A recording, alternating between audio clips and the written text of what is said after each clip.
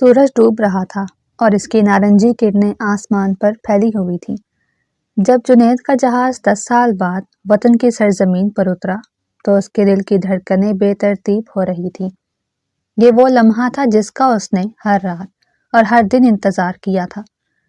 پردیس کی سختیاں اور اکیلا پن کاٹنے کے بعد آج وہ اپنے گھر واپس آ رہا تھا، وہ گھر جس کی دیواریں کچی تھیں مگر اب اس کی محنت سے عالیشان بنگلہ بن چکا تھا۔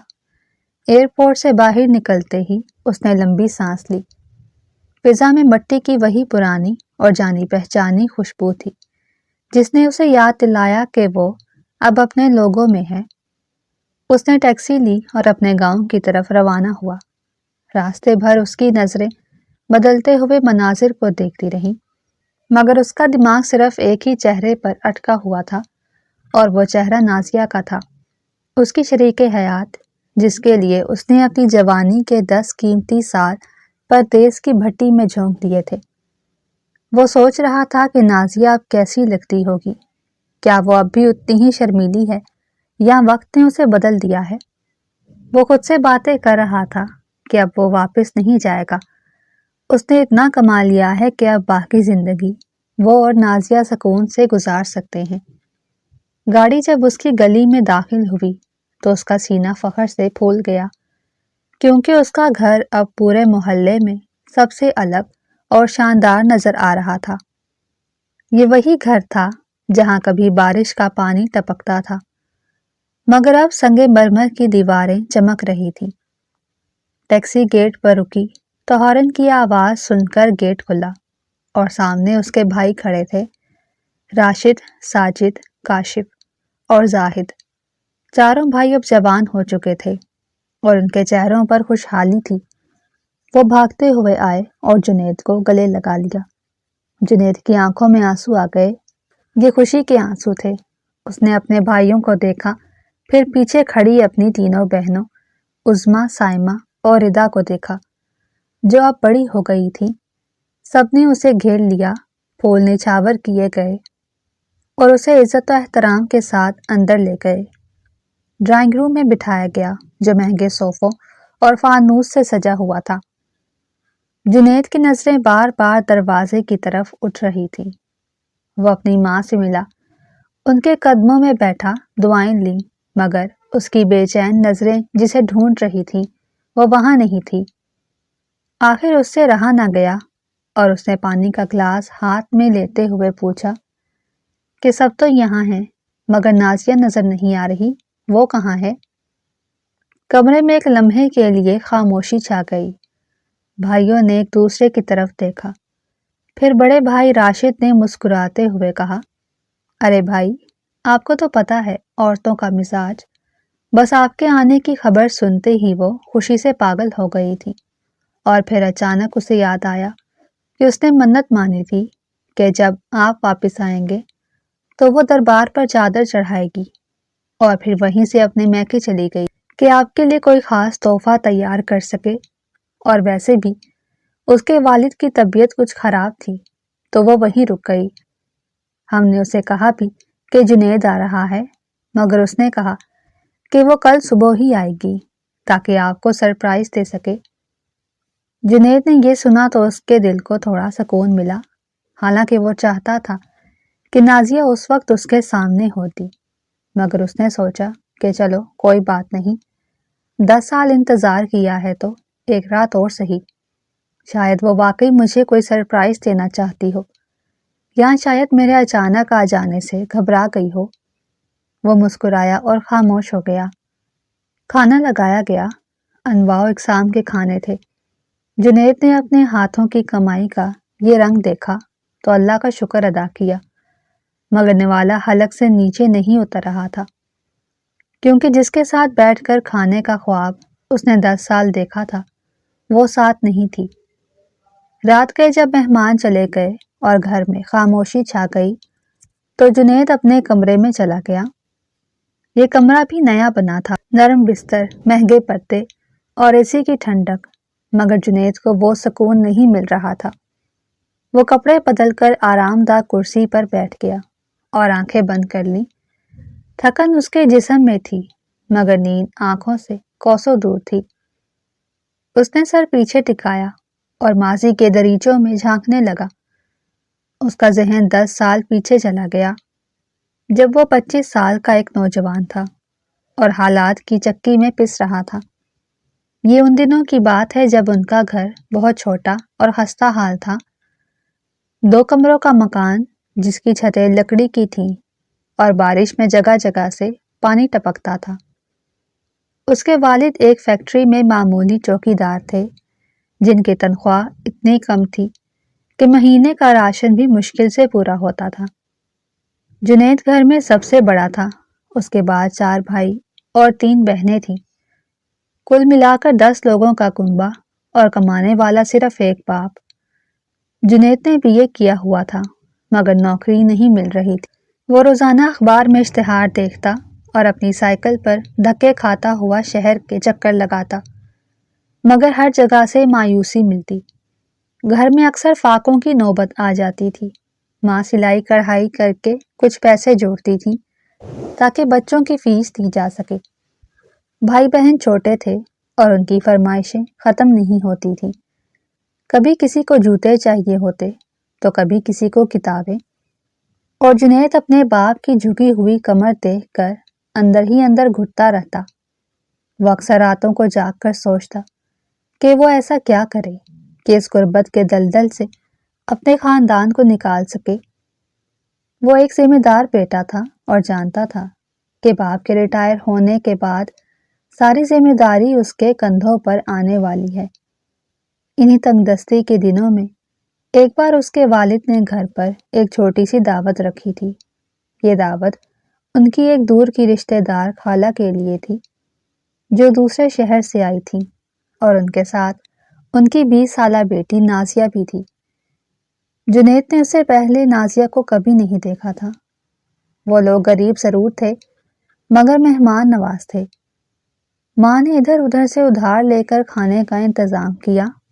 جب مہمان آئے تو جنید پانی پلا رہا تھا، تب اس کی نظر پہلی بار نازیہ پر پڑی۔ وہ برآمدے میں بیٹھی تھی۔ اس نے ہلکے گلابی رنگ کا سادہ سا سوٹ پہنا ہوا تھا، سر پر دوپٹہ سلیقے سے اوڑھا ہوا تھا اور اس کے ہاتھ میں کانچ کی چوڑیاں تھیں۔ جنید اسے دیکھتا ہی رہ گیا۔ وہ کوئی ماڈرن لڑکی نہیں تھی مگر اس کی سادگی میں ایسا حسن تھا کہ جنید کے قدم وہیں جم گئے۔ اس کی بڑی بڑی کالی آنکھیں جھکی ہوئی تھیں اور چہرے پر بلا کی معصومیت تھی۔ وہ بہت شرمیلی اور کم گو تھی۔ جب جنید نے اسے پانی کا گلاس دیا تو اس نے نظر اٹھا کر دیکھا اور شکریہ کہا۔ اس ایک لمحے میں جنید اپنا دل ہار بیٹھا تھا۔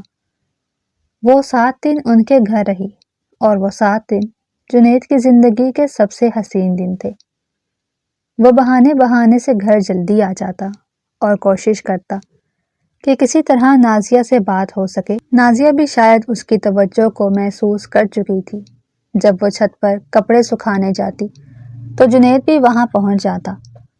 وہ دونوں کھل کر بات نہیں کر پاتے تھے کیونکہ گھر چھوٹا تھا اور ہر وقت کوئی نہ کوئی آس پاس ہوتا، مگر آنکھوں ہی آنکھوں میں بہت کچھ کہا سنا جاتا تھا۔ ایک بار جب جنید کی ماں بیمار ہوئی تو نازیہ نے ان کی بہت خدمت کی۔ وہ سارا دن کچن میں لگی رہتی، سب کا کھانا بناتی، برتن دھوتی اور گھر کو ایسے سنبھالتی جیسے وہ اسی گھر کی فرد ہو۔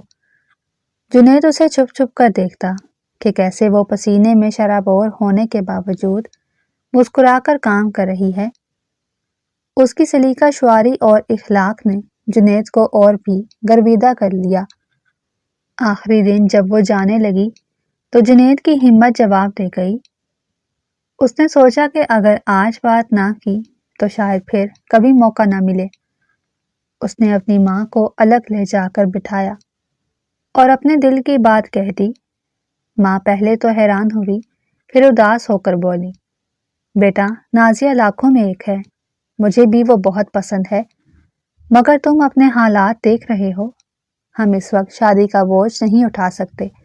تمہارے 4 بھائی اور 3 بہنیں ہیں، باپ کی نوکری ختم ہونے والی ہے، گھر کا خرچہ نہیں چل رہا۔ ایسے میں اگر تم شادی کر لو گے تو بیوی کو کھلاؤ گے کہاں سے اور پہناؤ گے کیا؟ اور پھر تمہارے چھوٹے بہن بھائیوں کی ذمہ داری کون اٹھائے گا؟ اگر تم شادی کے چکر میں پڑ گئے تو وہ سب رل جائیں گے۔ ماں کی باتیں تلخ حقیقت تھیں جنہوں نے جنید کے خوابوں کو چکنا چور کر دیا۔ ماں نے اس کے سر پر ہاتھ پھیرتے ہوئے کہا کہ بیٹا، پہلے اپنے پیروں پر کھڑے ہو جاؤ، کچھ بن جاؤ، پھر میں خود جا کر نازیہ کا ہاتھ مانگوں گی۔ جنید خاموش ہو گیا مگر اس کا دل نہیں مانا۔ نازیہ چلی گئی اور جنید سے جاتے جاتے وعدہ لے گئی کہ وہ اس کا انتظار کرے گی۔ جنید اب پاگلوں کی طرح نوکری ڈھونڈنے لگا مگر قسمت مہربان نہیں تھی۔ دن گزرتے گئے اور گھر کے حالات بدتر ہوتے گئے۔ باپ بیمار رہنے لگے اور دوائیاں خریدنا مشکل ہو گیا۔ بھائیوں کی اسکول کی فیس نہ دینے کی وجہ سے نام کٹنے کا ڈر تھا۔ ایسے مایوسی کے وقت میں ایک دن جنید کے بچپن کے دوست اسلم کی کال آئی جو دبئی میں کام کرتا تھا۔ اسلم نے جنید کو بتایا کہ اس کی کمپنی میں لیبر کی ضرورت ہے، کام سخت ہے، دھوپ میں کھڑے ہو کر مزدوری کرنی پڑے گی مگر تنخواہ پاکستان کے مقابلے میں بہت اچھی ہے، اور اگر اوور ٹائم لگاؤ گے تو گھر کے حالات بدل سکتے ہیں۔ جنید کے لیے یہ اندھیرے میں روشنی کی کرن تھی۔ اس نے فوراً حامی بھر لی مگر مسئلہ یہ تھا کہ ویزا اور ٹکٹ کے لیے 3 لاکھ روپے چاہیے تھے جو ان کے پاس نہیں تھے۔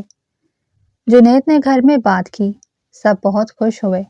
باپ نے امید بھری نظروں سے دیکھا کہ شاید اب ان کے دن پھر جائیں گے۔ ماں نے اپنے پرانے زیور نکال کر دے دیے جو انہوں نے بیٹیوں کی شادی کے لیے بچا کر رکھے تھے مگر وہ کافی نہیں تھے۔ باپ نے اپنے کچھ دوستوں سے ادھار مانگا اور کچھ سود پر پیسے لیے۔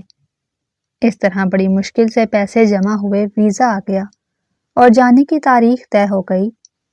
سب گھر والے خوش تھے کہ جنید باہر جا رہا ہے اور اب نوٹوں کی بارش ہوگی۔ بھائیوں نے لمبی لمبی لسٹیں بنا لی کہ وہ کیا کیا منگوائیں گے۔ بہنیں خوش تھیں کہ اب وہ بھی اچھے کپڑے پہنیں گی مگر جنید کے دل میں ایک عجیب سی ہلچل تھی۔ وہ جانتا تھا کہ وہ پردیس جا رہا ہے جہاں سے 2-3 سال واپسی ممکن نہیں ہوگی۔ اسے ڈر تھا کہ اس کے جانے کے بعد پیچھے نازیہ کے گھر والے کہیں اس کی شادی نہ کر دیں اور وہ اسے ہمیشہ کے لیے کھو دے گا۔ اس خوف نے اسے ایک فیصلہ کرنے پر مجبور کر دیا۔ جس دن اس کی فلائٹ تھی اس سے 2 دن پہلے اس نے سب گھر والوں کو اکٹھا کیا۔ ماں باپ بھائی بہن سب صحن میں بیٹھے تھے۔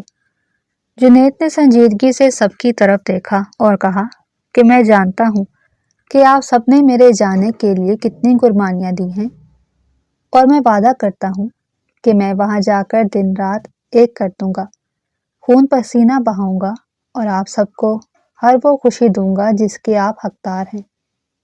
میں اپنے بھائیوں کو اعلیٰ تعلیم دلاؤں گا، بہنوں کی شادیاں دھوم دھام سے کروں گا اور اس کچے مکان کو بنگلہ بنا دوں گا مگر میری ایک شرط ہے۔ سب حیران ہو کر اس کا منہ دیکھنے لگے کہ اس وقت کون سی شرط؟ باپ نے پوچھا، کیا بات ہے بیٹا، کہو تو۔ جنید نے مضبوط لہجے میں کہا، میں جہاز میں تب بیٹھوں گا اور اس گھر سے تب قدم باہر نکالوں گا جب آپ لوگ ابھی اور اسی وقت میری شادی نازیہ سے کروائیں گے، اور صرف نکاح نہیں، مجھے رخصتی بھی چاہیے۔ وہ میرے گھر میں میری بیوی بن کر رہے گی، تب میں سکون سے جا سکوں گا۔ ماں نے پریشان ہو کر کہا، بیٹا کل تمہاری فلائٹ ہے، آج شادی کیسے ہوگی اور ہم اسے رکھیں گے کہاں اور کھلائیں گے کیا؟ مگر جنید اٹل تھا۔ اس نے کہا کہ وہ میری غیر موجودگی میں آپ لوگوں کی بیٹی بن کر رہے گی، آپ کی خدمت کرے گی اور جو پیسہ میں بھیجوں گا اسی میں سے اس کا بھی حصہ ہوگا۔ اگر میری رخصتی نہ ہوئی تو میں یہ ویزا پھاڑ دوں گا۔ جنید کا یہ جنون دیکھ کر گھر والوں کو ہار ماننی پڑی۔ اسی وقت ہنگامی بنیادوں پر نازیہ کے گھر والوں سے بات کی گئی۔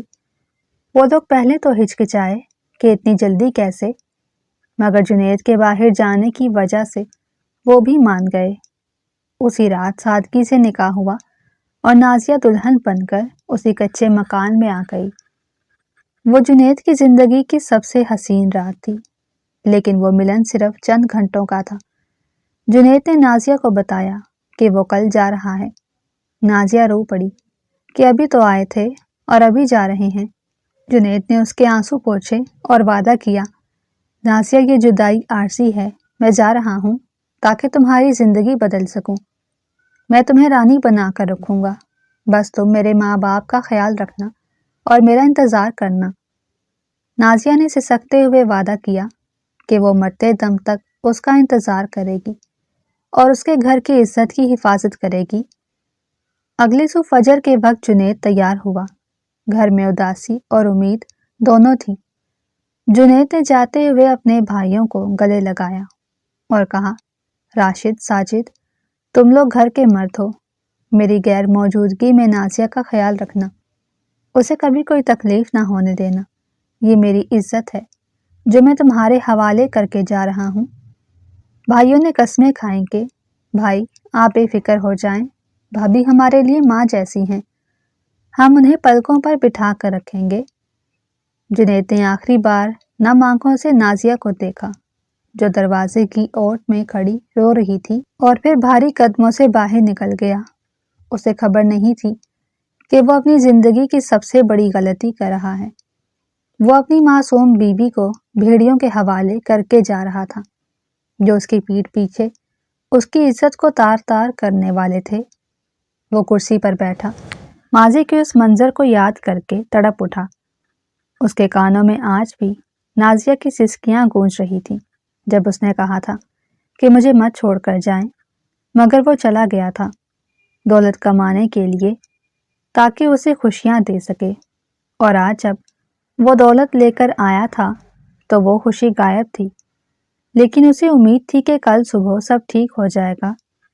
اسے کیا معلوم تھا کہ کل صبح اس پر کیا قیامت ٹوٹنے والی ہے۔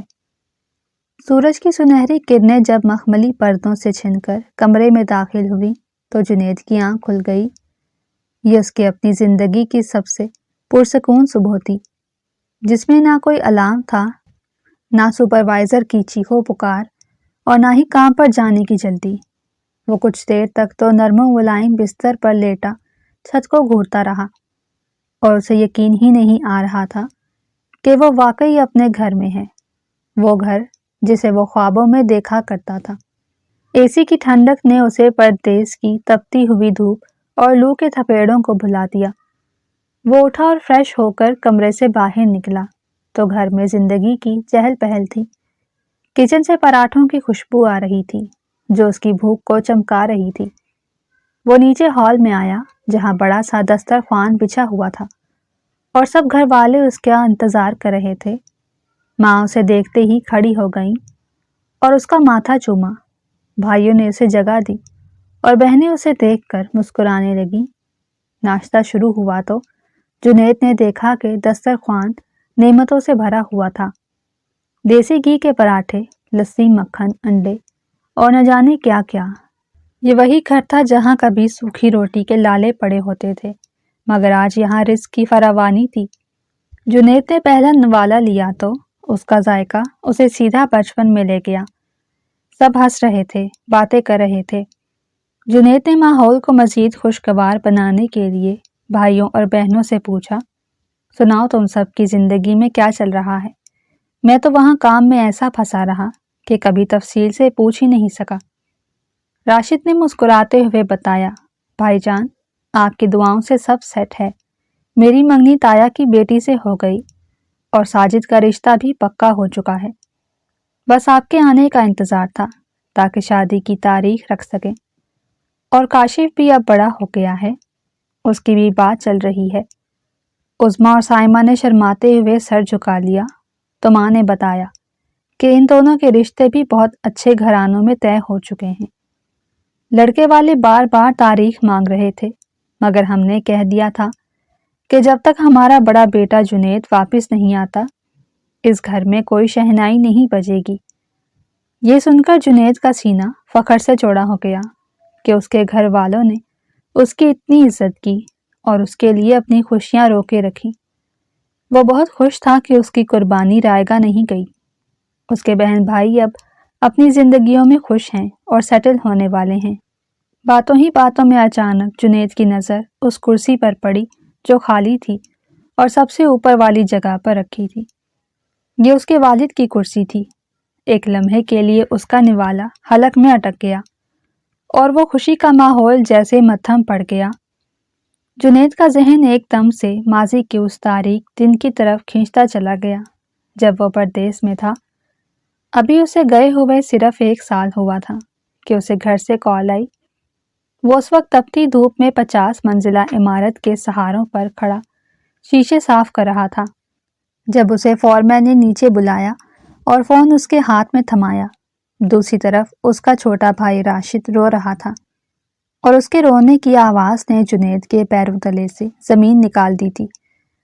راشد نے روتے ہوئے بتایا کہ ابا جان نہیں رہے، انہیں دل کا دورہ پڑا اور وہ ہسپتال پہنچنے سے پہلے ہی دم توڑ گئے۔ جنید وہیں ریت پر گھٹنوں کے بل گر گیا۔ وہ چیخنا چاہتا تھا، رونا چاہتا تھا، مگر اس کے گلے سے آواز نہیں نکل رہی تھی۔ اس نے فوراً اپنے کفیل سے بات کی کہ مجھے پاکستان جانا ہے، میرے باپ کا انتقال ہو گیا ہے، مگر کفیل نے پاسپورٹ دینے سے انکار کر دیا اور کہا کہ ابھی تمہیں آئے ہوئے سال ہوا ہے، تمہارا کانٹریکٹ 2 سال کا ہے، اگر تم گئے تو ویزا کینسل ہو جائے گا اور تم نے جو قرضہ لیا تھا وہ کون اتارے گا؟ جنید نے بہت منتیں کی، پاؤں پکڑے، مگر وہ ظالم نہ مانا۔ جنید وہ بدبخت بیٹا تھا جو اپنے باپ کا آخری دیدار بھی نہ کر سکا اور نہ ہی انہیں کندھا دے سکا۔ وہ پردیس میں اکیلا باتھ روم میں منہ چھپا کر گھنٹوں روتا رہا اور یہاں پاکستان میں اس کے باپ کو دفنا دیا گیا۔ یہ غم آج بھی اس کے سینے میں تازہ تھا۔ اس نے خالی کرسی کو دیکھ کر دل ہی دل میں باپ سے معافی مانگی کہ ابا میں آپ کے لیے کچھ نہ کر سکا، بس پیسے بھیجتا رہا تاکہ آپ کا علاج ہو سکے، مگر موت کے آگے کس کا زور چلتا ہے۔ وہ ماضی کی گہرائیوں میں ڈوبتا چلا گیا۔ اسے یاد آیا کہ شروع میں جب وہ نیا گھر گیا تھا تو اس کی نازیہ سے روز بات ہوتی تھی۔ وہ دونوں گھنٹوں فون پر بات کرتے۔ نازیہ اسے بتاتی کہ وہ اس کے بغیر کتنی اداس ہے اور جنید اسے تسلی دیتا بس تھوڑے دن کی بات ہے، مگر پھر جیسے جیسے کام کا بوجھ بڑھتا گیا باتیں کم ہوتی گئیں۔ جنید نے اوور ٹائم لگانا شروع کر دیا تاکہ باپ کا قرضہ اتر سکے۔ وہ 16 گھنٹے کام کرتا اور جب کمرے پر واپس آتا تو تھکن سے چور ہوتا تھا۔ پھر بھی وہ ہمت کر کے کال کرتا، مگر اکثر نازیہ فون نہیں اٹھاتی تھی۔ کبھی ماں فون اٹھا لیتی تو کبھی بھائی، اور وہ کہتے کہ نازیہ سو رہی ہے یا کپڑے دھو رہی ہے یا کچن میں ہے۔ جنید سوچتا کہ شاید وہ بھی گھر کے کاموں میں مصروف رہتی ہے، اور پھر آہستہ آہستہ یہ رابطہ اور کمزور ہوتا گیا۔ 1 سال بعد جب باپ کا انتقال ہوا تو جنید ڈپریشن میں چلا گیا۔ اسے سہارے کی ضرورت تھی، مگر تب بھی اسے نازیہ سے بات کرنے کا موقع کم ہی ملتا تھا۔ گھر والے کہتے کہ وہ صدمے میں ہے یا بیمار ہے۔ پھر 2 سال بعد جب جنید نے تھوڑے پیسے جوڑ لیے تو اس نے سوچا کہ اب وہ نازیہ کے لیے الگ موبائل بھیجے گا تاکہ اس سے براہ راست بات کر سکے۔ اس نے موبائل بھیجا بھی، مگر بھائیوں نے کہا کہ یہاں سگنل نہیں آتے، یا کبھی کہتے کہ موبائل گر کر ٹوٹ گیا ہے۔ عجیب بہانے بنائے جاتے۔ جنید سادہ دل تھا، وہ اپنے بھائیوں پر اندھا اعتماد کرتا تھا۔ اسے لگتا کہ وہ سچ کہہ رہے ہیں، اور پچھلے 3 سالوں سے تو اس کی نازیہ سے ایک بار بھی بات نہیں ہو پائی تھی۔ جب بھی وہ ضد کرتا تو راشد یا ساجد کہتے کہ بھابھی میکے گئی ہوئی ہیں یا ان کے والد بیمار ہیں، وہ وہاں مصروف ہیں۔ جنید نے کبھی شک نہیں کیا، کیونکہ وہ خود کام میں اتنا غرق ہو چکا تھا کہ اسے دن رات کا ہوش نہیں رہتا۔ اسے بس ایک ہی دھن تھی کہ پیسہ کمانا ہے اور گھر والوں کو خوشحال کرنا ہے۔ اس نے یاد کیا کہ وہ ہر مہینے گھر کے خرچے کے علاوہ ایک موٹی رقم الگ سے راشد اور ساجد کے مشترکہ اکاؤنٹ میں بھیجتا تھا اور انہیں تاکید کرتا کہ یہ پیسے صرف اور صرف نازیہ کے ہیں، اسے دینا تاکہ وہ اپنی مرضی سے خرچ کر سکے، کپڑے خریدے، زیور بنائے یا جو اس کا دل کرے۔ بھائی اسے قسمیں کھا کر کہتے کہ بھائی جان آپ فکر نہ کریں، بھابھی کو ہم نے مہارانیوں کی طرح رکھا ہوا ہے، ان کے پاس کسی چیز کی کمی نہیں ہے، وہ تو نوٹوں میں کھیلتی ہیں۔ آپ کی بھیجی ہوئی رقم ایک ایک پائی ان تک پہنچ رہی ہے، وہ بہت خوش ہیں اور آپ کو دعائیں دیتی ہیں۔ جنید ان کی چکنی چپڑی باتوں میں آ جاتا اور مطمئن ہو جاتا کہ چلو میں خود نہیں ہوں تو کیا ہوا، میری کمائی تو اس کے کام آ رہی ہے، میری بیوی خوش تو ہے۔ یہ سوچ کر وہ اور زیادہ محنت کرتا۔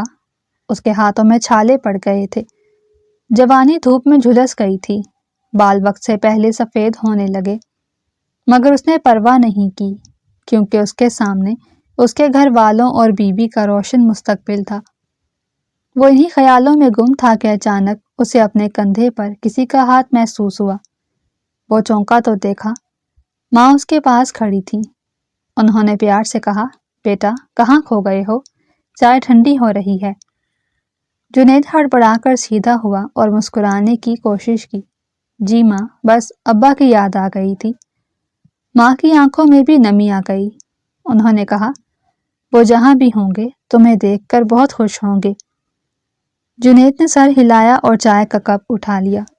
ناشتے کے بعد ماحول پھر سے خوشگوار ہو گیا۔ جنید نے کہا، رکو میں تم سب کے لیے کچھ لایا ہوں۔ وہ اٹھ کر اپنے کمرے میں گیا اور وہ بڑے بڑے بیگ اٹھا لائے، اس نے خاص طور پر پیک کیے تھے۔ سب کی آنکھیں چمک اٹھیں۔ جنید نے ایک ایک کر کے تحفے نکالنا شروع کیے۔ ماں کے لیے وہ ایک قیمتی شال اور سونے کی چوڑیاں لایا تھا جو اس نے ماں کو پہنائی۔ ماں نے اسے دعائیں دی، پھر اس نے بہنوں کو آواز دی، عظمیٰ، سائمہ، ردا۔ ان کے لیے وہ دبئی کے مشہور برانڈز کے سوٹ، مہنگے پرفیومز اور سونے کے سیٹ لایا تھا۔ بہنیں خوشی سے چیخ اٹھیں اور بھائی کو گلے لگا لیا۔ پھر بھائیوں کی باری آئی۔ راشد، ساجد، کاشف اور زاہد کے لیے وہ لیٹسٹ ماڈل کے آئی فونز، برانڈڈ گھڑیاں اور لیپ ٹاپ لایا تھا۔ بھائیوں نے تحفے دیکھے تو ان کی خوشی کا ٹھکانہ نہ رہا۔ وہ جنید کے گن گانے لگے۔ پورے گھر میں خوشی کا سما تھا، ہر طرف کہکہے اور شکریہ کی آوازیں تھیں۔ اسی دوران جنید نے دیکھا کہ 3 نوکرانیاں گھر کے کاموں میں مصروف تھیں، کوئی برتن سمیٹ رہی تھی تو کوئی صفائی کر رہی تھی۔ جنید کو یہ دیکھ کر حیرت بھی ہوئی اور خوشی بھی کہ اب اس کے گھر والے کام نہیں کرتے بلکہ کام کروانے کے لیے ملازم رکھے ہوئے ہیں۔ یہ اس کی خوشحالی کا منہ بولتا ثبوت تھا۔ اس نے ان تینوں کو بلایا۔ وہ ڈرتے ڈرتے قریب آئیں۔ جنید نے اپنی جیب سے نوٹوں کی گڈیاں نکالی اور تینوں کو انعام کے طور پر دیں، اور ساتھ میں ان کے لیے بھی سوٹ نکال کر دیے۔ وہ غریب عورتیں حیران رہ گئیں اور دعائیں دیتی ہوئی چلی گئیں۔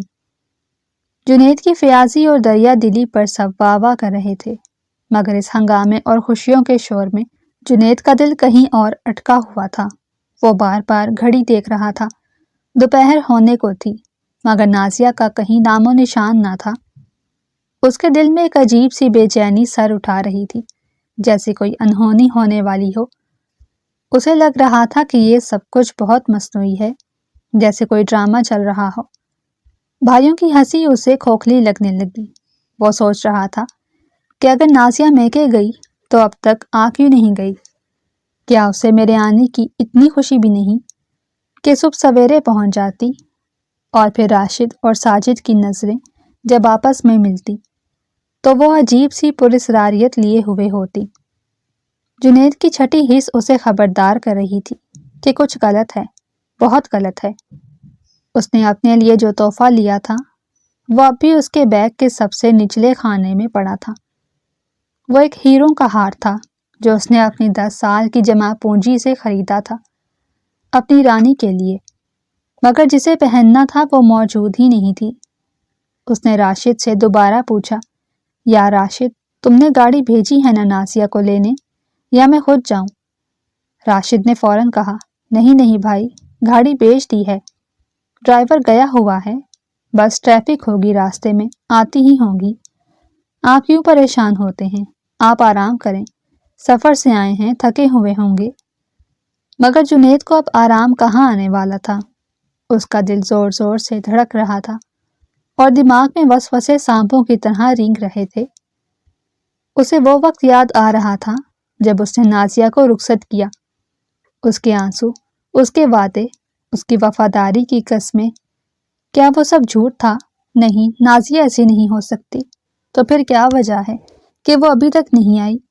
کہیں یہ لوگ مجھ سے کچھ چھپا تو نہیں رہے؟ کہیں خدا نہ خواستہ اسے کچھ ہو تو نہیں گیا؟ یا کہیں وہ واقعی بیمار تو نہیں ہے؟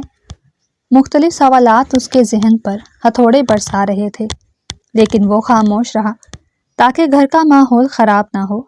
مگر اس کی آنکھوں کی چمک اب ماند پڑتی جا رہی تھی اور چہرے پر تشویش کے سائے گہرے ہوتے جا رہے تھے۔ اسے کیا معلوم تھا کہ اس کا انتظار ابھی ختم نہیں ہونے والا، اور جو حقیقت اس کے سامنے آنے والی ہے وہ اس کے پیروں تلے سے زمین ہی نہیں بلکہ اس کی روح کو بھی نکال لے گی۔ اس عالیشان بنگلے کی دیواروں میں دفن راز اب بس کچھ ہی دیر میں باہر آنے والا تھا، اور وہ راز اس کے ناشتے کے ذائقے کو زہر میں بدلنے والا تھا۔ فی الحال وہ بس دروازے کو تک رہا تھا، اس امید پر کہ شاید ابھی گھنٹی بجے اور اس کی نازیہ مسکراتی ہوئی اندر آ جائے۔ مگر دروازہ بند تھا اور باہر گہری خاموشی تھی جو کسی طوفان کا پیش خیمہ تھی۔ جنید اپنے پرتعیش بیڈ روم میں نرم صوفے پر بیٹھا تھا، مگر اس کے اندر کی دنیا ویران تھی۔ وہ جسمانی طور پر تو اس عالیشان کمرے میں موجود تھا جہاں ہر سہولت میسر تھی، لیکن اس کا ذہن مسلسل بھٹک رہا تھا۔ دیوار کھڑی کی ٹک ٹک اس کے دماغ پر ہتھوڑوں کی طرح برس رہی تھی۔ وہ بار بار اٹھ کر کھڑکی کے پاس جاتا اور باہر دیکھتا جہاں دھوپ چھاؤں کا کھیل جاری تھا، مگر اسے اس کھیل میں کوئی دلچسپی نہیں تھی۔ اسے صرف اس لمحے کا انتظار تھا جب وہ گیٹ کھلے اور اس کی نازیہ اندر داخل ہو۔ وہ اسی ادھیڑ پن میں تھا کہ دروازہ کھلا اور اس کی ماں اندر داخل ہوئی۔ ان کے چہرے پر تھکاوٹ کے باوجود ایک بڑی خوشی کی چمک تھی۔ وہ جنید کے پاس آئیں اور اس کے سر پر ہاتھ پھیرتے ہوئے بولی، بیٹا تم سفر سے آئے ہو، تھکے ہوئے ہو، آج کا دن خوب آرام کر لو اور اپنی نیند پوری کر لو، کیونکہ کل شام ہم نے تمہاری واپسی کی خوشی میں ایک بہت بڑی اور شاندار دعوت رکھی ہے جس میں ہم نے سارے خاندان والوں کو بلایا ہے۔ تمہارے سارے چچا، تایا، پھوپھیاں اور تمہاری بہنوں اور بھائیوں کے سسرال والے بھی آئیں گے۔ پورا محلہ اکٹھا ہوگا اور ہم دنیا کو دکھائیں گے کہ ہمارا بیٹا کتنی شان سے واپس آیا ہے۔ ہم نے دیگوں کا آرڈر دے دیا ہے اور گھر کی سجاوٹ بھی شروع ہو رہی ہے، بس تم اپنی تیاری مکمل رکھنا۔ ماں کی باتوں میں جوش تھا، مگر جنید کا دل بجھا ہوا تھا۔ اس نے بے دلی سے مسکرا کر سر ہلا دیا۔ ماں اسے آرام کرنے کی تاکید کر کے چلی گئی، مگر آرام اس کے مقدر میں کہاں تھا۔ وہ دوبارہ خیالات کے سمندر میں غرق ہو گیا۔ اسے سمجھ نہیں آ رہا تھا کہ وہ خوش ہو یا پریشان۔ ابھی ماں کو گئے ہوئے تھوڑی ہی دیر گزری تھی کہ اس کے دروازے پر ایک ہلکی سی دستک ہوئی۔ جنید کا دل زور سے دھڑکا۔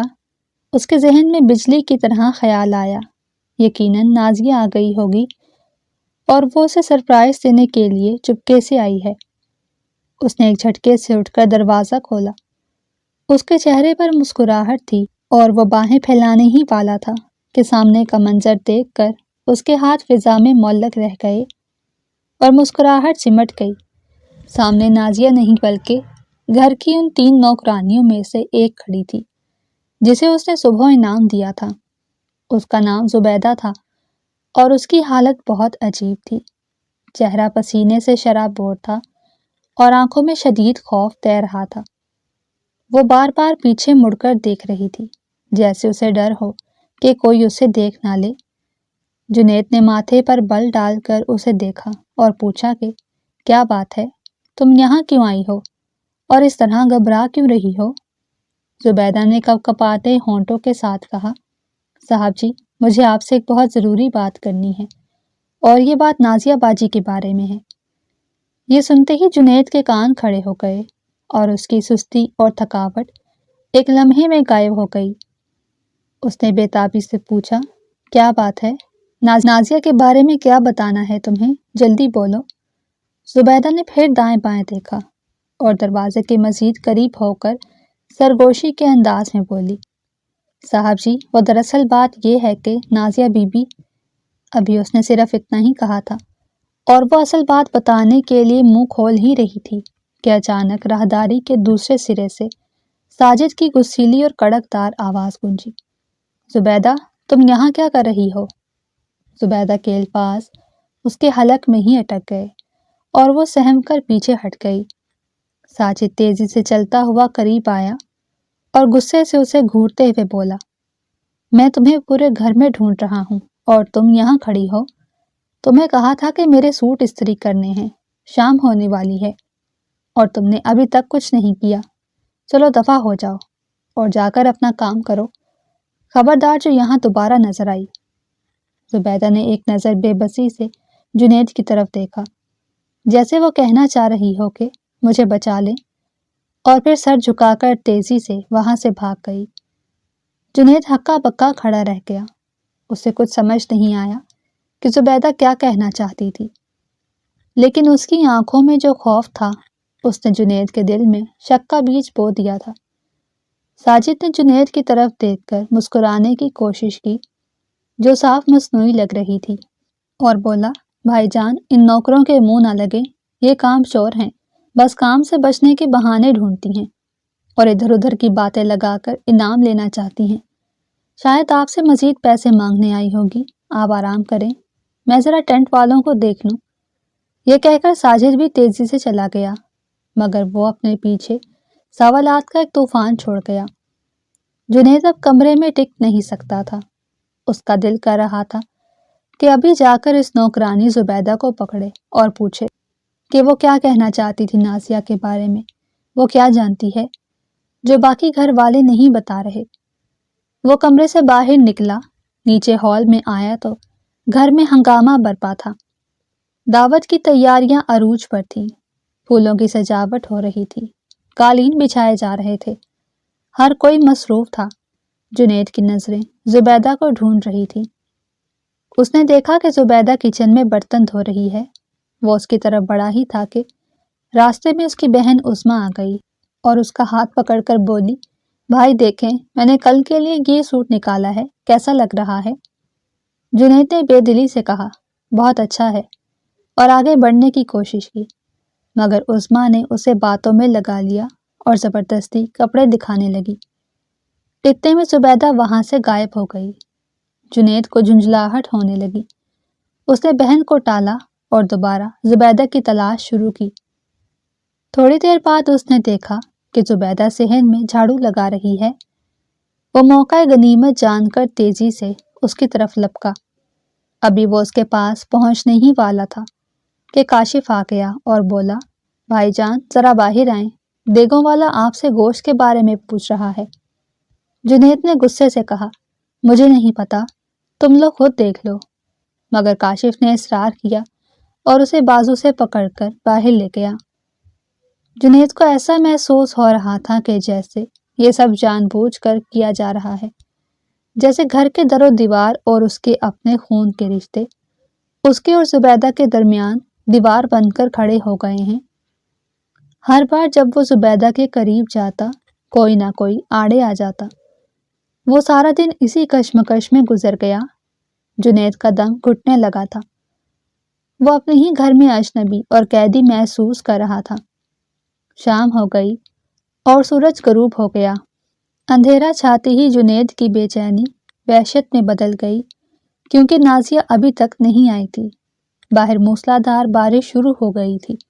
بادل زور زور سے گرج رہے تھے، جیسے آسمان بھی جنید کے غم میں چیخ رہا ہو۔ ڈرائنگ روم میں سب گھر والے چائے پی رہے تھے۔ جنید نے چائے کا کپ میز پر رکھا اور سنجیدگی سے سب کی طرف دیکھا۔ اس نے پوچھا کہ شام ہو گئی ہے، رات کے 8 بج رہے ہیں، نازیہ کہاں ہے؟ تم لوگوں نے کہا تھا کہ وہ شام تک آ جائے گی، اب کون سا بہانہ ہے تمہارے پاس؟ راشد اور ساجد نے ایک دوسرے کو دیکھا۔ راشد نے گلا کھنکھارتے ہوئے کہا، بھائی جان، اصل میں ڈرائیور کا فون آیا تھا، وہ کہہ رہا ہے کہ راستے میں بارش بہت تیز ہے اور آگے سڑک ٹوٹ گئی ہے، لینڈ سلائیڈنگ کی وجہ سے راستہ بند ہے۔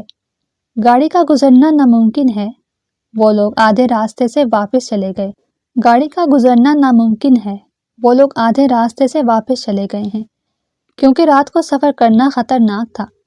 اب وہ کل صبح سویرے نکلیں گے اور دوپہر تک انشاءاللہ پہنچ جائیں گے۔ جنید کا صبر کا پیمانہ لبریز ہو گیا۔ وہ کھڑا ہو گیا اور چیخ کر بولا، یہ کیا ڈرامہ لگا رکھا ہے تم لوگوں نے؟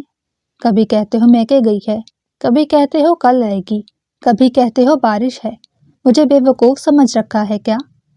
مجھے ابھی اسی وقت ڈرائیور سے بات کرنی ہے، یا نازیہ سے بات کراؤ، ملاؤ فون ڈرائیور کو۔ ساجد گھبرا گیا، اس کے ماتھے پر پسینہ آ گیا اور وہ بولا، بھائی وہ اس کے موبائل پر سگنل نہیں آ رہے، بڑی مشکل سے ایک بار کال آئی تھی، اب شاید رابطہ نہ ہو۔ جنید نے میز پر مکہ مارا اور دھاڑا، میں نے کہا ملاؤ فون، مجھے نازیہ کی آواز سننی ہے، چاہے صرف ہیلو ہی کیوں نہ ہو، مجھے اس سے بات کرنی ہے، ورنہ میں ابھی گاڑی نکال کر خود جاؤں گا۔ جنید کا یہ روپ دیکھ کر سب ڈر گئے۔ ساجد نے کپکپاتے ہاتھوں سے موبائل نکالا اور نمبر ملانے کی اداکاری کرنے لگا۔ اس نے فون کان سے لگایا اور پھر مایوسی سے بولا، بھائی وہی ہوا جس کا ڈر تھا، نمبر بن جا رہا ہے، شاید بیٹری ختم ہو گئی ہو یا سگنل کا مسئلہ ہو۔ جنید نے جھپٹ کر اس کے ہاتھ سے موبائل چھینا اور خود ری ڈائل کیا۔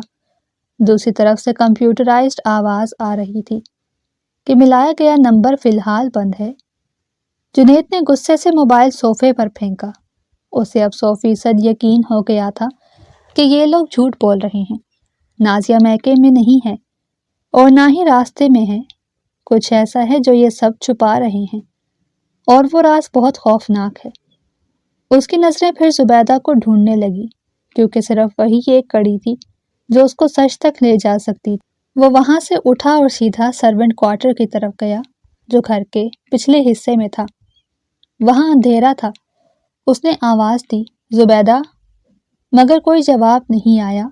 وہ واپس آیا اور کچن میں دیکھا، وہاں دوسری 2 نوکرانیاں تو تھیں مگر زبیدہ نہیں تھی۔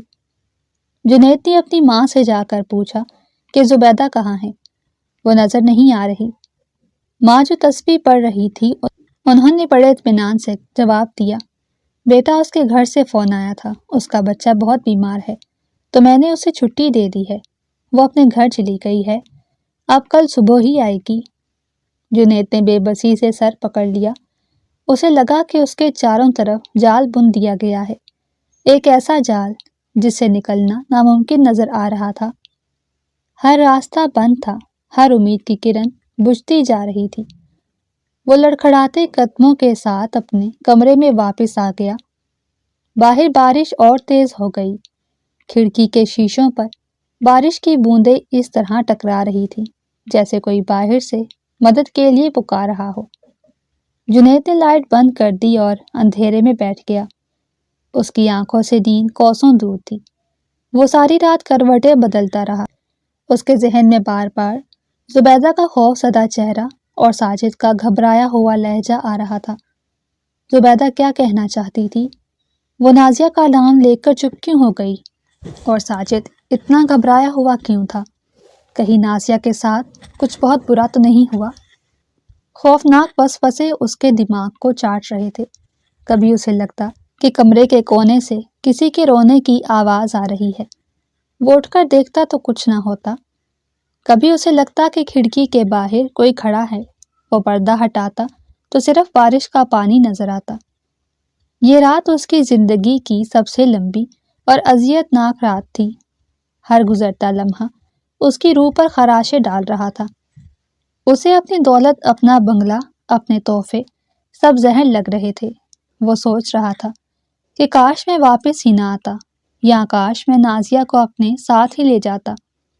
اسے اپنی غلطی کا شدت سے احساس ہو رہا تھا کہ اس نے نازیہ کو اکیلا چھوڑ کر بہت بڑی بھول کی تھی۔ وہ خود کو کوس رہا تھا اور اللہ سے دعائیں مانگ رہا تھا کہ یا اللہ میری نازیہ جہاں بھی ہو خیریت سے ہو۔ صبح ہونے کا انتظار کسی عذاب سے کم نہ تھا۔ جب فجر کی آذان ہوئی تو جنید کی آنکھیں سرخ تھیں اور چہرے پر وحشت برس رہی تھی۔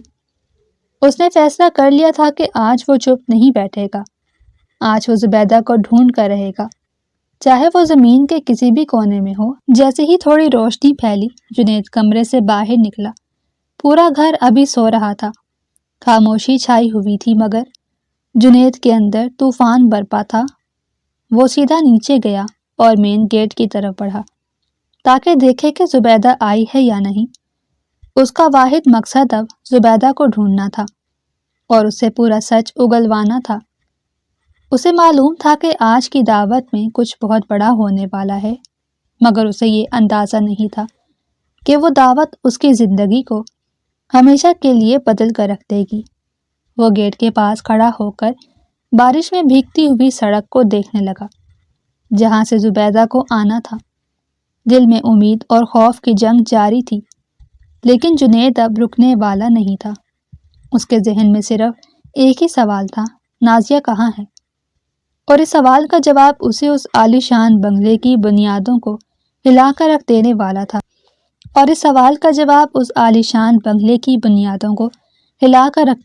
تھا۔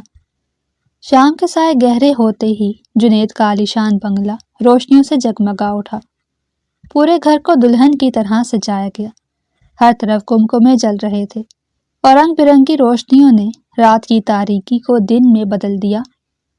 مہمانوں کی آمد کا سلسلہ شروع ہو چکا تھا اور دیکھتے ہی دیکھتے پورا لان اور ڈرائنگ روم لوگوں سے بھر گیا۔ یہ صرف ایک دعوت نہیں تھی، بلکہ جنید کے خاندان کی ناک کا سوال تھا۔ انہوں نے پورے شہر کو مدعو کیا ہوا تھا۔ جنید کے چچا، تایا، پھپھیاں اور سب سے بڑھ کر راشد، ساجد اور کاشف کے ہونے والے سسرال والے اور بہنوں کے ہونے والے سسرال والے بھی وہاں موجود تھے۔ دیگوں کے ڈھکن ہٹائے جا رہے تھے اور کھانوں کی اشتہا انگیز خوشبو فضا میں پھیلی ہوئی تھی۔ ہر کوئی جنید کے بھائیوں اور ماں کو مبارکباد دے رہا تھا۔ ماشاءاللہ، آپ کا بیٹا کتنی بڑی کمائی کر کے آیا ہے اور گھر کے حالات بدل گئے ہیں۔ سب ہنس رہے تھے، مسکرا رہے تھے اور ایک دوسرے سے باتیں کر رہے تھے، مگر اس تمام ہنگامے اور روشنیوں کے بیچ جنید ایک بت کی طرح سٹیج کے قریب کھڑا تھا۔ بظاہر وہ وہیں موجود تھا، مگر غور سے دیکھنے پر وہ ویل چیئر پر بیٹھے کسی مریض سے بھی زیادہ بیمار لگ رہا تھا۔ اس کا حلیہ مکمل طور پر بدل چکا تھا۔ وہ جنید جو کل تک مسکرا رہا تھا اور امید سے بھرا ہوا تھا، اب اس کے چہرے پر ایسی سختی اور کرختگی تھی جیسے وہ پتھر کا ہو گیا ہو۔ اس کی آنکھیں شدید سرخ تھیں، جیسے وہ کئی راتوں سے رویا ہو یا پھر اس کی آنکھوں میں خون اتر آیا ہو۔ اس کے ماتھے پر ابھرنے والی رگیں بتا رہی تھیں کہ اس کے اندر کوئی بہت بڑا طوفان پک رہا ہے۔ وہ خاموشی سے مہمانوں کو دیکھ رہا تھا، خاص طور پر اپنے بھائیوں اور بہنوں کو جو نئے اور مہنگے کپڑے پہنے زیورات سے لدے ہوئے مہمانوں کی آؤ بھگت میں مصروف تھے۔ راشد اور ساجد بار بار جنید کے پاس آتے اور کہتے، بھائی جان مسکرائیں، لوگ کیا کہیں گے؟ مگر جنید کے چہرے کے تاثرات نہیں بدلتے۔ جب تمام مہمان آ گئے اور ہال کھچا کھچ بھر گیا تو کھانے کا اعلان ہونے ہی والا تھا کہ اچانک جنید سٹیج پر چڑھا اور اس نے مائک ہاتھ میں لے لیا۔ مائک کی آواز گونجی تو سب کی توجہ اس کی طرف ہو گئی۔ راشد نے سمجھا کہ بھائی شاید شکریہ ادا کرنا چاہتے ہیں، اس لیے وہ خوشی سے تالیاں بجانے لگا اور باقی سب نے بھی تالیاں بجائیں، مگر جنید نے ہاتھ اٹھا کر سب کو خاموش کروایا۔ اس کی نظروں میں ایک ایسا جلال تھا کہ پورا مجمع ساکت ہو گیا۔ جنید نے گہری سانس لی اور اپنی بھاری اور لرزتی ہوئی آواز میں بولنا شروع کیا، آپ سب لوگ یہاں میری واپسی کا جشن منانے آئے ہیں اور میرے گھر والے آپ کو دکھانا چاہتے ہیں کہ ہم کتنے خوشحال ہو گئے ہیں، مگر میں آج آپ سب کو ایک ایسی حقیقت دکھانا چاہتا ہوں جو اس چمک دمک کے پیچھے چھپی ہوئی ہے۔ آپ سب میری بات غور سے سنیں اور پھر فیصلہ کریں کہ عزت کیا ہوتی ہے اور بے غیرتی کسے کہتے ہیں۔ جنید کے ان الفاظ نے محفل میں کھلبلی مچا دی۔ بھائیوں کے رنگ اڑ گئے اور ماں کے ہاتھ سے تسبیح چھوٹ گئی۔ جنید نے اپنی بات جاری رکھتے ہوئے کہا کہ آج سے 10 سال پہلے جب ہمارے گھر میں فاقے ہوتے تھے اور میرے باپ کے پاس علاج کے پیسے نہیں تھے، تو میں نے فیصلہ کیا کہ میں پردیس جاؤں گا۔ میں نے اپنا سکون، اپنی نیندیں اور اپنی جوانی اس خاندان کے لیے قربان کرنے کا ارادہ کیا، مگر میں نے جانے سے پہلے ایک شرط رکھی تھی کہ میری شادی میری پسند کی لڑکی نازیہ سے کروا دی جائے۔ مجھے ڈر تھا کہ کہیں میں اسے کھو نہ دوں۔ میری ضد پر نکاح ہوا اور رخصتی بھی ہوئی، مگر وہ رخصتی صرف ایک رات کی تھی۔ اگلے ہی دن میں اپنی نئی نویلی دلہن کو ان لوگوں کے پاس، یعنی اپنے بھائیوں اور ماں کے پاس، اس یقین اور بھروسے کے ساتھ چھوڑ گیا کہ یہ میرے گوشت پوست کے رشتے، یہ میری غیر موجودگی میں میری بیوی کا خیال رکھیں گے۔ میں نے ان سے کہا تھا کہ وہ میری عزت ہے اور یہ اس کے محافظ ہیں۔ شروع میں میری نازیہ سے بات ہوتی رہی، وہ مجھے بتاتی تھی کہ وہ ٹھیک ہے، پھر آہستہ آہستہ بہانے بنائے جانے لگے۔ کبھی کہا گیا کہ وہ بیمار ہے، کبھی کہا گیا کہ وہ کام میں مصروف ہے، اور میں بے وقوف انسان پردیس کی سخت دھوپ میں 16 گھنٹے کام کرتا رہا تاکہ ان کی فرمائشیں پوری کر سکوں۔ راشد کو بائک چاہیے تھی، میں نے بھیجی۔ ساجد کو کاروبار کرنا تھا، میں نے پیسے بھیجے۔ بہنوں کو زیور چاہیے تھے، میں نے بنوا کر دیے۔ میں نے ان کی ہر فرمائش پوری کی، اس یقین کے ساتھ کہ بدلے میں یہ میری بیوی کو وہ عزت اور سکون دیں گے جس کی وہ حقدار ہے۔ پچھلے 3 سال سے میرا رابطہ نازیہ سے بالکل منقطع کر دیا گیا۔ مجھے کہا گیا کہ وہ ناراض ہے یا اس کا فون خراب ہے، اور میں پیسے بھیجتا رہا کہ شاید وہ میکے میں خوش ہوگی۔ کل جب میں واپس آیا تو مجھے بتایا گیا کہ وہ میکے گئی ہے، پھر کہا گیا کہ راستے میں ہے، اور طرح طرح کے جھوٹ بولے گئے۔ لیکن آج صبح مجھ پر جو راز کھلا ہے وہ میں اکیلا برداشت نہیں کر سکتا۔ میں چاہتا ہوں کہ آپ سب، یعنی میرے بھائیوں کے ہونے والے سسرال والے اور میری بہنوں کے سسرال والے بھی دیکھیں کہ آپ کن لوگوں کے گھر میں اپنی بیٹیاں دے رہے ہیں اور کن لوگوں کے گھر سے بہویں لے جا رہے ہیں۔ جنید کی آواز اب چیخ میں بدل گئی اور اس کی آنکھوں سے آنسو بہہ رہے تھے۔ اس نے مڑ کر دروازے کی طرف دیکھا اور پوری طاقت سے چیخا، زبیدہ لے آؤ اسے اندر اور دکھا دو ان سب کو کہ ہم کتنے شریف لوگ ہیں۔ سب کی نظریں دروازے پر جم گئی، ایک خوفناک خاموشی چھا گئی، اور پھر دروازہ کھلا اور زبیدہ اندر داخل ہوئی۔ وہ اکیلی نہیں تھی، بلکہ وہ کسی کو سہارا دے کر لا رہی تھی۔ جب مہمانوں کی نظر زبیدہ کے ساتھ والی ہستی پر پڑی تو کئی عورتوں کی چیخیں نکل گئیں اور مردوں نے خوف سے منہ پھیر لیے۔ وہ کوئی انسان نہیں لگ رہا تھا، بلکہ ایک زندہ لاش تھی، ایک ہڈیوں کا ڈھانچہ جس پر گوشت نام کی کوئی چیز نہیں تھی۔ اس کے بال الجھے ہوئے اور گندے تھے، جیسے برسوں سے ان میں کنگھی نہ کی گئی ہو۔ اس کے کپڑے تار تار تھے اور ان سے شدید بدبو آ رہی تھی۔ اس کا چہرہ میل اور مٹی سے کالا ہو چکا تھا اور آنکھیں اندر کو دھس چکی تھی۔ وہ چل نہیں پا رہی تھی اور لڑکھڑا کر گرنے والی تھی کہ زبیدہ نے اسے سنبھالا۔ یہ منظر اتنا بھیانک تھا کہ کسی کو یقین نہیں آ رہا تھا کہ یہ کوئی زندہ انسان ہے۔ جنید سٹیج سے نیچے کودا اور بھاگ کر اس عورت کے پاس گیا اور اسے اپنی باہوں میں بھر لیا۔ وہ پھوٹ پھوٹ کر رونے لگا اور چیخ کر بولا، پہچانو اسے، یہ کوئی بھکارن نہیں ہے، یہ کوئی پاگل عورت نہیں ہے، یہ میری نازیہ ہے، یہ وہ نازیہ ہے جسے میں پھولوں کی طرح چھوڑ کر گیا تھا اور میرے بھائیوں نے اسے کانٹوں پر گھسیٹا ہے۔ سب گھر والے یعنی جنید کے بھائی اور ماں بت بنے کھڑے تھے، ان کے چہروں پر موت کی سی زردی چھا گئی تھی۔ جنید نے نازیہ کا چہرہ اوپر اٹھایا جو بالکل خالی نظروں سے سب کو دیکھ رہی تھی۔ اس کی ذہنی حالت ختم ہو چکی تھی، اسے پہچان بھی نہیں تھی کہ اس کے سامنے کون کھڑا ہے۔ جنید نے روتے ہوئے مجمع سے کہا، میرے ان بھائیوں نے اور میری ماں نے میری بیوی کو پچھلے 3 سال سے گھر کے تہہ خانے میں قید کر رکھا تھا، جہاں سورج کی روشنی تک نہیں پہنچتی۔ اسے بچا کھچا کھانا دیا جاتا اور جانوروں سے بدتر سلوک کیا جاتا۔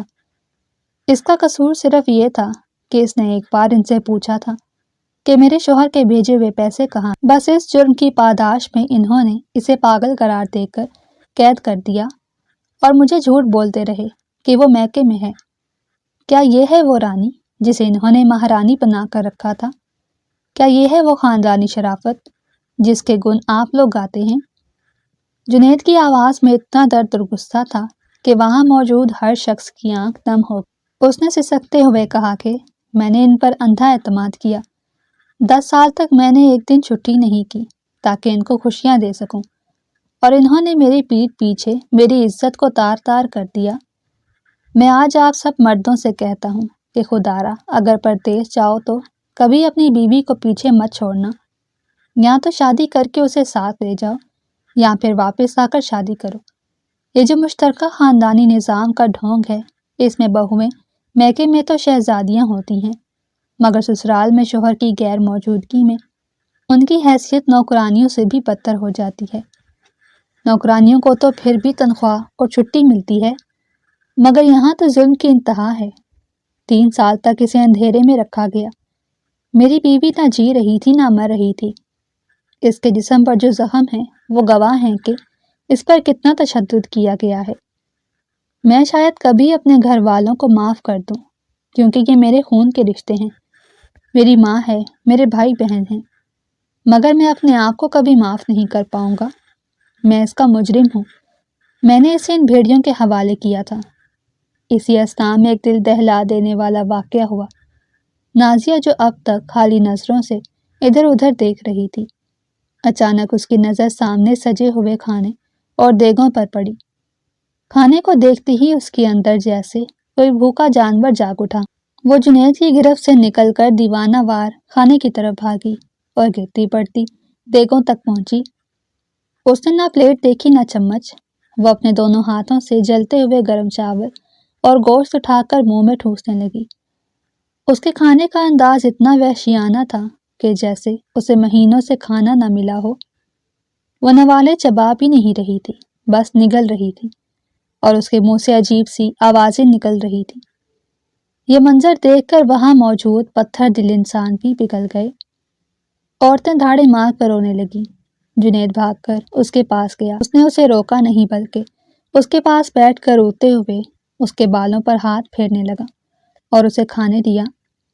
وہ اپنے مہنگے سوٹ کی آستینوں سے اس کا لتھڑا ہوا منہ صاف کر رہا تھا اور کہہ رہا تھا، کھا لے میری جان، کھا لے، آج اتنا جی چاہے کھا لے، میں تیرا گناہ گار ہوں، مجھے معاف کر دے۔ یہ منظر دیکھ کر جنید کی ماں اور بھائی شرم سے زمین میں گڑ گئے۔ ان کی گردنیں جھک گئیں اور وہ کسی کو شکل دکھانے کے قابل نہیں رہے۔ اسی وقت راشد کے ہونے والے سسر نے آگے بڑھ کر اپنی بیٹی کا ہاتھ راشد سے چھڑوایا اور تھوکتے ہوئے بولا، میں اپنی بیٹی ایسے ظالم اور درندے خاندان میں نہیں دے سکتا جہاں بہوؤں کا یہ حال ہوتا ہے۔ یہ کہہ کر وہ وہاں سے چلے گئے۔ یہ دیکھ کر ساجد اور کاشف کے سسرال والے اور بہنوں کے سسرال والے بھی اٹھ کھڑے ہوئے اور لعنت ملامت کرتے ہوئے وہاں سے نکل گئے۔ دیکھتے ہی دیکھتے وہ ہال جو کچھ دیر پہلے مبارک بادوں سے گونج رہا تھا اب ویران ہو گیا، اور وہاں صرف رسوائی اور ذلت رہ گئی۔ جب نازیہ کھا کھا کر تھک گئی اور نڈھال ہو گئی تو جنید نے اسے گود میں اٹھایا۔ اس نے زبیدہ کو اشارہ کیا۔ زبیدہ جو ایک کونے میں کھڑی رو رہی تھی فوراً آگے بڑھی۔ اس نے ایک بیگ اٹھایا ہوا تھا جس میں نازیہ کا کچھ ضروری سامان تھا۔ جنید نے گھر والوں کی طرف ایک آخری نفرت انگیز نظر ڈالی اور کہا، اب اس گھر میں میرا اور میری بیوی کا کوئی کام نہیں۔ میں اسے یہاں سے بہت دور لے جا رہا ہوں جہاں اس کا علاج کرواؤں گا اور کوشش کروں گا کہ اس کی کھوئی ہوئی زندگی اسے واپس دے سکوں۔ مجھے نہیں پتا کہ یہ کبھی ٹھیک ہوگی یا نہیں، یا کبھی مجھے معاف کرے گی یا نہیں، مگر میں اپنی باقی زندگی اب اس کے قدموں میں گزاروں گا، اور یہ زبیدہ بھی ہمارے ساتھ جائے گی کیونکہ اس نے یہاں رہ کر بھی چھپ کر نازیہ کا تھوڑا بہت خیال رکھا۔ اسی نے مجھے آج صبح وہ تہہ خانہ دکھایا اور ساری حقیقت بتائی۔ اگر یہ یہاں رہی تو تم لوگ اسے زندہ نہیں چھوڑو گے۔ میں اب زندگی میں کبھی بھی تم لوگوں کی شکل نہیں دیکھوں گا۔ میری طرف سے تم سب میرے لیے مر چکے ہو۔ یہ کہہ کر وہ نازیہ کو اٹھائے اور زبیدہ کو ساتھ لیے اس عالیشان بنگلے سے نکل گیا جس کی ایک ایک اینٹ اس کے خون پسینے سے بنی تھی، مگر اب وہ گھر اس کے لیے قبرستان بن چکا تھا۔ پیچھے اس کے بھائی اور ماں سر پکڑے رو رہے تھے، مگر اب پچھتانے کا کوئی فائدہ نہیں تھا، کیونکہ وقت گزر چکا تھا اور قدرت نے مکافات عمل کا کھیل دکھا دیا تھا۔ ان کی دنیا اجڑ چکی تھی اور جنید اپنی اجڑی ہوئی دنیا کو دوبارہ بسانے کے لیے ایک نامعلوم منزل کی طرف روانہ ہو گیا تھا۔